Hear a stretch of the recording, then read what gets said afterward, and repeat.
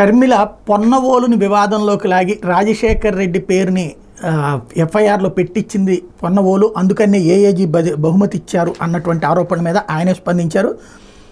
దివంగత మహానేత వైఎస్ రాజశేఖర రెడ్డిని వేధించిన వాళ్ళకి ఎదురొడ్డి పోరాటం చేసిన తనను అభినందించాల్సింది పోయి ఆరోపణలు చేస్తారంటూ షర్మిలను ఆయన ప్రశ్నించారు. మీ తండ్రి కోసం పోరాడేందుకు నాకు మీరు ఇచ్చే గౌరవం ఇదేనా అని ప్రశ్నించారు.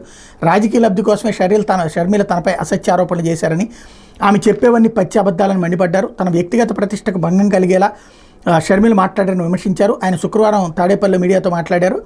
కాంగ్రెస్ ఎమ్మెల్యే శంకర్రావు వల్లే ఆనాడు వైఎస్ రాజశేఖర రెడ్డి పేరు ఎఫ్ఐఆర్లో చేర్చారని గుర్తు చేశారు. వైఎస్పై ఆరోపణలు చేస్తూ శంకర్రావు హైకోర్టుకు లేఖ రాశారని, దీని మీద హైకోర్టు విచారణకు ఆదేశించిందని చెప్పారు. టీడీపీ నేత ఎర్రనాయుడు ఈ కేసులో ఇంప్లీడ్ అయ్యారని చెప్పారు. 2011 ఆగస్టు 15 వైఎస్ రాజశేఖర రెడ్డి జగన్ పేర్లను ఎఫ్ఐఆర్లో చేర్చారని చెప్పారు. మహానుభావుడైన వైఎస్ పేరు మీద ఆరోపణలు చేయడం, ఆయన కేసులో ఇరికించారని, ఈ అన్యాయాన్ని భరించలేక తాను కేసులు వేశానని చెప్పారు.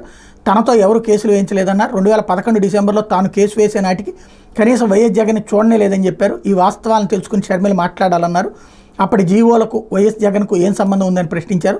తన నాలెడ్జ్ మీద, నిజాయితీ నిబద్ధత మీద షర్మిల దెబ్బకొట్టారని ఆగ్రహం వ్యక్తం చేశారు. తాను ఇది కాదు అనుకుంటే చరిత్రలో హీనులుగా మిగిలిపోతారని అన్నారు. న్యాయవాద వృత్తిలో తన ప్రతిభ ఏమిటో షర్మిల తెలుసుకుని మాట్లాడాలన్నారు. తాను అర్హుడిని కాబట్టి అడిషనల్ అడ్వకేట్ జనరల్ అయ్యానని స్పష్టం చేశారు. తన ప్రతిభ ఏమిటో ఇటీవల కాలంలో చూడలేదని ప్రశ్నించారు. షర్మిల మాటలు చాలా అన్యాయమని, దుర్మార్గం అన్నారు. లేకపోతే మిగతాది కాంగ్రెస్ సిబిఐ కలిసి వైఎస్ఆర్ని ఇరికించాయి, అట్లా షర్మిల మాట్లాడుతున్న చంద్రబాబు మాటలే ఇవన్నీ కూడా మిగతా విమర్శలు.